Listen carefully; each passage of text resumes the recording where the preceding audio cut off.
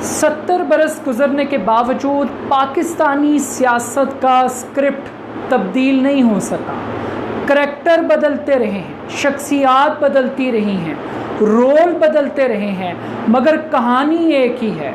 हुक्मरान कोई भी हो, बादशाह सलामत कोई भी बने, उसे यही गलत फहमी लाहक रहती है कि क़यामत तक वो इक़्तिदार के ऊपर काबिज़ रहेगा। हर दौर की ऑपोजिशन -1 का फार्मूला पेश करती है। हर दौर की ऑपोजिशन को ये लगता है कि हुकूमत की उल्टी गिनती शुरू हो चुकी है और हुक्मरान के इस्तीफ़े का वक्त आ गया है, जबकि दूसरी जानिब हुक्मरान इस गलत फहमी और खुश फहमी में मुब्तला रहता है कि उसके अलावा पूरे मुल्क के अंदर कोई ऑप्शन हुक्मरान के लिए, हुक्मरानी के लिए दस्तयाब नहीं है। इमरान खान साहब को भी ये गलत फहमी लाहक हो गई है। वो ये बड़े बड़े दावे कर रहे हैं कि उनके अलावा ना तो कोई ऑप्शन पाकिस्तान में हुकूमत का निज़ाम चलाने के लिए दस्तयाब है और ना ही उनकी कोई रिप्लेसमेंट मौजूद है। इससे बढ़कर वो ये कह रहे हैं कि वो 5 साल पूरे करेंगे। माजी के हुक्मरान भी यही कहते थे कि वो 5 साल पूरे करेंगे। यही इमरान खान की कमज़ोरी की सबसे बड़ी अलामत है। वो ये नहीं कह रहे कि वो डिलीवर करेंगे, वो ये नहीं कह रहे कि वो गवर्नेंस को बेहतर करेंगे, वो ये नहीं कह रहे कि वो अपने मंशूर पर अमल करेंगे।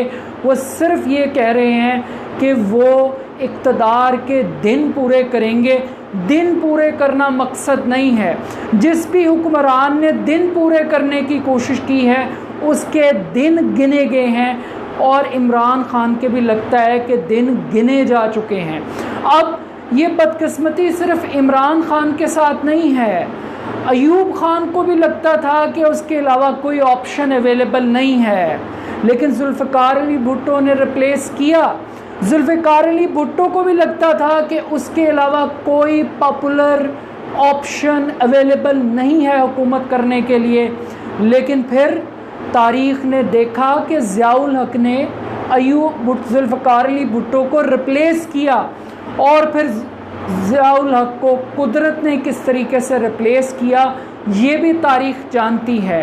नवाज़ शरीफ भी रिप्लेस हुआ इस मुल्क में, बेनज़ीर भुट्टो भी रिप्लेस हुई और मुक्के लहराने वाला कमांडो और 100 मरतबा और 10 मरतबा वर्दी में इलेक्ट होने के दावे करने वाला परवेज़ मुशर्रफ वो भी रिप्लेस हुआ। तो रिप्लेसमेंट हर दौर में मौजूद होती है, ऑप्शन हर दौर में मौजूद होती है।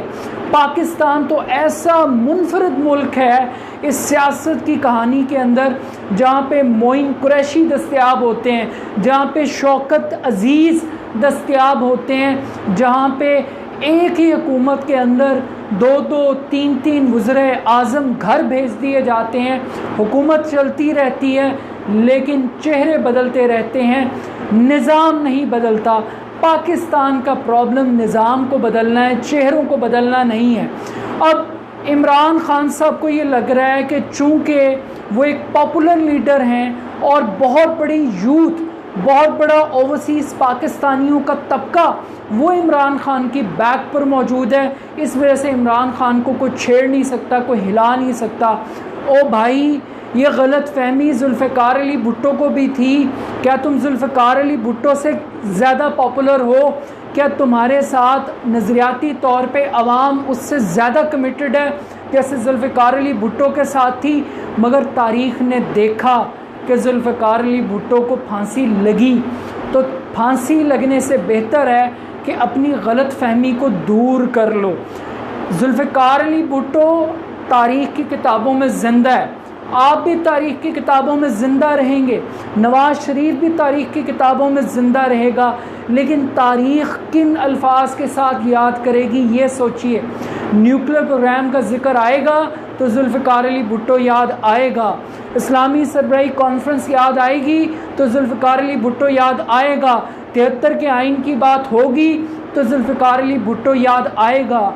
मगर आपको किन अल्फाज में याद किया जाएगा ये डिटरमिन कीजिए खान साहब के 2 साल में आपको महंगाई, बेरोज़गारी, गुर्बत, जहालत, NROs, करप्शन, क्या अरूज, माफियाज की चांदी, क्या इस तौर पे आप अपने आप को याद रखवाना चाहते हैं? तो आई थिंक ये आपकी अपनी चॉइस है।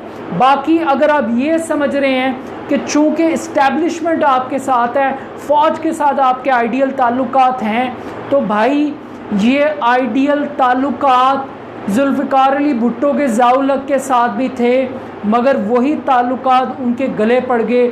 यही आइडियल ताल्लुकात नवाज़ शरीफ के परवेज़ मुशर्रफ के साथ थे, मगर वो ताल्लुकात उनके गले पड़ गए। तो तारीख़ के अंदर हमेशा आइडियल ताल्लुकात ने ही लंका ढाई है। तो ये आप सोच लें कि मेरे अज़ीज़ हमवतन जब आएंगे, जिन हालात के अंदर आएंगे, उस वक्त कौम मिठाई खाने के लिए भी तैयार होगी और आतिशबाजी का जश्न भी होगा।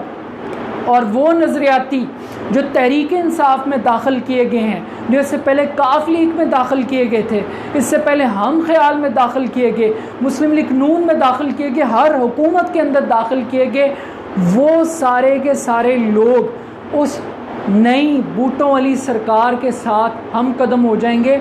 तो ऑप्शन हमेशा अवेलेबल होती है, दस्तयाब होती है, सिर्फ हुक्मरान के आँख और कान जवाब दे जाते हैं हकीकत को सुनने और देखने से।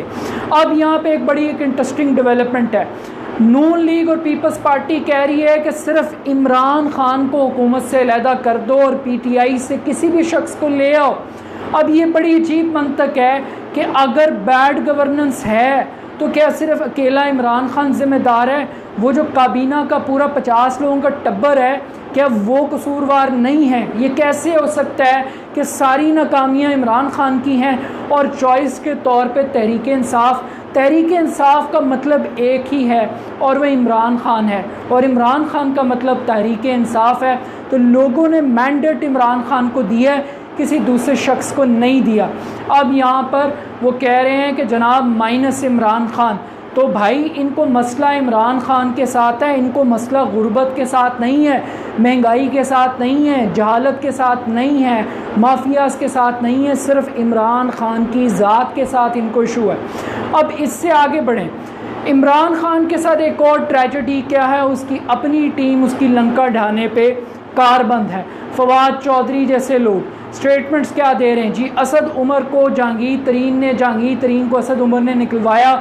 शाह महमूद कुरैशी और इन 3 बड़ों की लड़ाई ने गैर मुंतखब लोगों को ताकतवर बना दिया और जो स्पेस थी वो पॉलिटिकल लोगों के हाथ से निकल गई।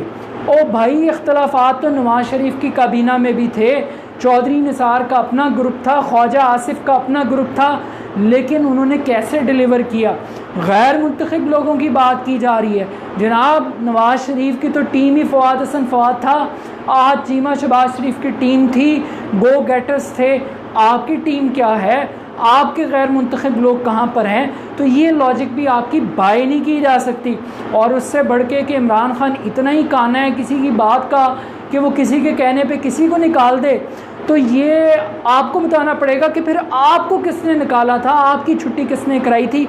अब इमरान खान का एक और बड़ा प्रॉब्लम क्या है? इमरान खान का प्रॉब्लम है पब्लिक पल्स को नहीं समझ रहा, पब्लिक से दूर चला गया है। वो मालशी और पॉलिशिए जो हैं वो आगे हैं। अगर पेट्रोलियम प्राइसेस को मरलावार बढ़ाया जाता, इकट्ठे 25 रुपये बढ़ाने की बजाय हर हफ्ते 5 रुपये का इजाफा कर दिया जाता, तो आई थिंक कि ये इतना बड़ा बहरान ना पैदा होता है, इतनी बड़ी तनकीद का मौका अपोजिशन को ना मिलता जो मौका इमरान खान ने इकट्ठे 25 रुपये बढ़ा कर दिया और पीटीआई के वोटर्स के अंदर नफ़रत और शर्मिंदगी अपने लिए पैदा की है। तो ये इमरान खान साहब को सोचना पड़ेगा कि उनके पॉलिटिकल डिसीजंस किस तरफ जा रहे हैं। बाकी रहेगी बात इमरान खान साहब की, तो वो कहते हैं कि जब तक आप अपने नज़रिए पर खड़े हैं तो कोई आपको हरा नहीं सकता। प्रॉब्लम यही है कि नज़रिए में और नज़रिए ज़रूरत में जब हुक्मरान इक़्तिदार के ऐवानों में फ़र्क भूल जाए तो वही होता है जो आज पाकिस्तान के अंदर हो रहा है। ये आपका नज़रिया ज़रूरत है कि आज नवाज़ शरीफ आपके रहम की वजह से लंदन की सैर कर रहा है। ये आपका नज़रिया ज़रूरत ही है कि जहांगीर तरीन जेल की बजाय वो भी लंदन के पुरफ़ज़ा मकामात के ऊपर सैर सपाटे कर रहा है। तो नज़रिए ज़रूरत की बजाय नज़रिए पर खड़ा होना सीखिए, और नज़रिए की कीमत होती है और वो इक़्तिदार से जाना भी हो सकती है। तो आई थिंक कि इस गलत फहमी से निकलने के लिए सद्दाम हुसैन को भी याद कीजिएगा, कर्नल क़ज़ाफ़ी को भी याद कीजिएगा, और तो डोनाल्ड ट्रंप को भी याद कीजिएगा, और आपके साथ में हमसाए मोदी हिटलर को भी याद कीजिएगा, और 2/3 मेजॉरिटी वाले नवाज़ शरीफ के अंजाम को भी याद कीजिएगा कि ऑप्शन हर दौर में अवेलेबल होती है, चॉइस हर दौर में होती है। अगर कोई चीज़ परमानेंट नहीं होती तो वो इक़्तिदार नहीं होता, वो कुर्सी नहीं होती। तो कुर्सी कभी किसी की मजबूत नहीं हुई, ये म्यूज़िकल चेयर होता है, किले सबके उखाड़े जा सकते हैं। मसला ये है कि आपको अभी तक नज़र नहीं आ रहा, और जिस दिन ये वाक़या और सानिया होगा तब आपको पता लगेगा कि ऑप्शन तो शहबाज शरीफ भी था, जो सरेआम जलसों में कहता था कि हमें अगर इस्टेब्लिशमेंट मौका दे तो हम डिलीवर करके दिखाते हैं। ये आर्मी चीफ की एक्सटेंशन के लिए वोट ऐसे ही नहीं दिए गए, ये ऑप्शन के लिए ही दिए गए हैं। अगर आपको दिखाई और सुनाई नहीं दिया जा रहा तो ये आपका मसला है। बट आई थिंक कि जितना जल्दी आप इस हकीकत को समझ लें कि आपका इक़्तिदार परमानेंट फ़ीचर नहीं है, जैसे माजी के हुक्मरानों का नहीं था, शायद आप तारीख़ के अंदर कुछ अच्छा डिलीवर कर दें। बट आई थिंक लगता यही है कि माजी के हुक्मरानों की तरह आपको भी यही गलतफहमी मार देगी कि आपका इक़्तिदार बादशाह सलामत सदा बहार रहेगा। तो सदा बादशाही तो अल्लाह की है, बाकी इंसान तो आते जाते रहते हैं। देखना यह है कि तारीख़ आपको किन अल्फाज में याद करेगी।